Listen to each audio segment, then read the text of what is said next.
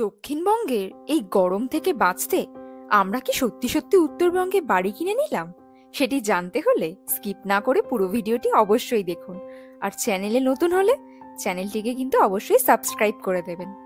Hello my beautiful YouTube family, welcome to our channel good life. আশা করি আপনারা সবাই খুব ভালো আছেন। আমরাও কিন্তু খুব খুব ভালো আছি। আজকে আমরা আপনাদের জন্য আরো একটি নতুন ভিডিও নিয়ে চলে এসেছি।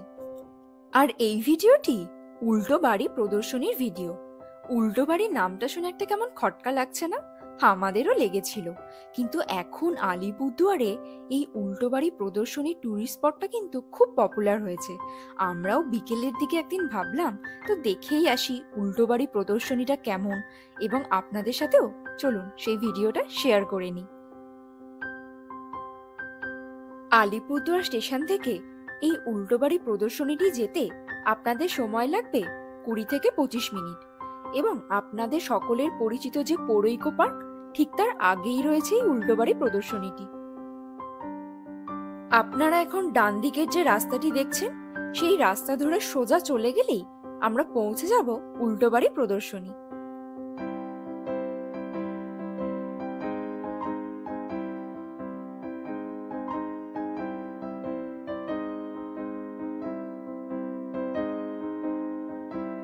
এটা ছিল উল্টো বাড়ি প্রদর্শনীর মেন এন্ট্রান্স। এখানে প্রবেশের সাথে সাথেই আমাদের চোখে পড়ল টিকিট কাউন্টার, এবং আমরা দুটো টিকিট কেটে নিলাম। এখানে টিকিট মূল্য মাথাপিছু 50 টাকা করে। এখানে টিকিট কাউন্টারে যিনি ছিলেন, ওনার সাথে কথা বলে জানতে পারলাম যে এই জায়গাটি কিন্তু এখনো পুরোপুরি তৈরি হয়ে ওঠেনি। এই জায়গাটি তৈরি হতে এখনো প্রায় 1 বছর মতো সময় লাগবে। আপনারা সামনে এখন যেটি দেখছেন সেটিই কিন্তু এই উল্টো বাড়ি, এবং আমাদের দেখা এই রকম উল্টো বাড়ি প্রদর্শনী কিন্তু এটাই প্রথম। এই উল্টো বাড়িটা বাইরে থেকে দেখে তো বেশ সুন্দর লাগলো। চলুন এবার এই উল্টো বাড়ির ভেতরে যাওয়া যাক এবং দেখা যাক এই উল্টো বাড়ির ভেতরে কি কি জিনিস সোজা আছে।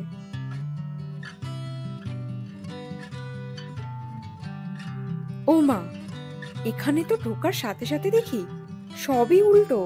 দেখুন, এসি ওপরের জায়গায় নিচে লাগানো, টিভি উল্টো করে লাগানো, সোফা তাও উল্টো, বিছানা এ তো পুরোপুরি উল্টো। এই উল্টো বাড়ির বেডরুমটা কিন্তু সুন্দর করে সাজানো ছিল, কিন্তু কেউ কিভাবে শোবে বা কিভাবে থাকবে সেটাই একটা ভাবার বিষয়। বেডরুমটা তো আমাদের বেশ ভালোই লাগলো। এবার আমরা বাড়িটির আরো ভিতরের দিকে যেতে লাগলাম। দেখতেই সামনে দেখি রয়েছে টয়লেট, কিন্তু টয়লেটের মধ্যে সিসিটিভি লাগানো, এটা কি রকম ব্যাপার? ঘুমোরটা দেখি উল্টো করে লাগানো। এখানে লোক পটি করবে কিভাবে? সে তো সব মাটিতেই পড়ে যাবে। কলগুলো উল্টো ভাবে লাগানো রয়েছে। যাই হোক, বাথরুমটা দেখার পর আমরা চলে এলাম ড্রয়িং কাম ডাইনিং রুমে। এখানেও দেখি এসি উল্টো লাগানো নিচের দিক করে। এখানে দেখুন ডাইনিং টেবিলটা সেটাও উপরে, চেয়ারগুলো সেটাও উল্টানো।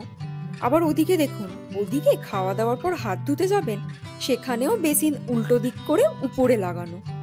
যাই হোক, বাড়িটা তো বেশ আমাদের মোটামুটি ভালোই লাগলো, শুধু একটু সবকিছু ওলট পালট, এটাই যা।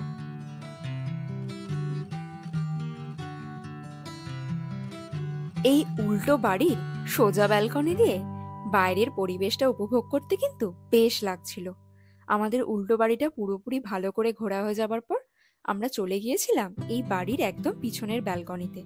সেখান থেকে কিন্তু বাইরের দৃশ্যটা খুব সুন্দর ছিল, পুরো সবুজে ঘেরা।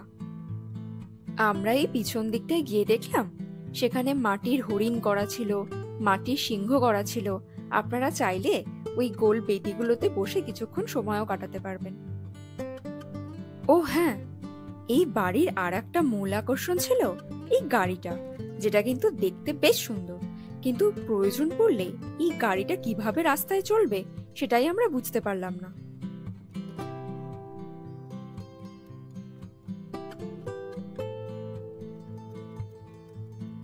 সেদিনকে শুধু মনে হয় আমরাই গেছিলাম এই ট্যুরিস্ট স্পটটা, বাকি পুরো ফাঁকা ছিল, তাই দোলনা খাওয়ার সুযোগটা আর হাতছাড়া করলাম না। আর এখানে ছিল দেখুন দুটো সুন্দর সুন্দর হাতি।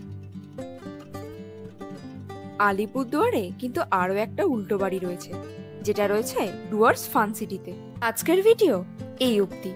ভিডিওটি আপনাদের কেমন লাগলো তা কিন্তু কমেন্টের মাধ্যমে জানাতে ভুলবেন না। ভিডিওটি যদি আপনাদের ভালো লেগে থাকে তাহলে অবশ্যই একটি লাইক করে দেবেন। আর আপনারা যদি আমাদের চ্যানেলে নতুন হয়ে থাকেন সেক্ষেত্রে চ্যানেলটিকে কিন্তু অবশ্যই সাবস্ক্রাইব করে দেবেন। দেখা হচ্ছে পরে নতুন কোনো ভিডিওতে। ততক্ষণের জন্য ভালো থাকবেন, সুস্থ থাকবেন।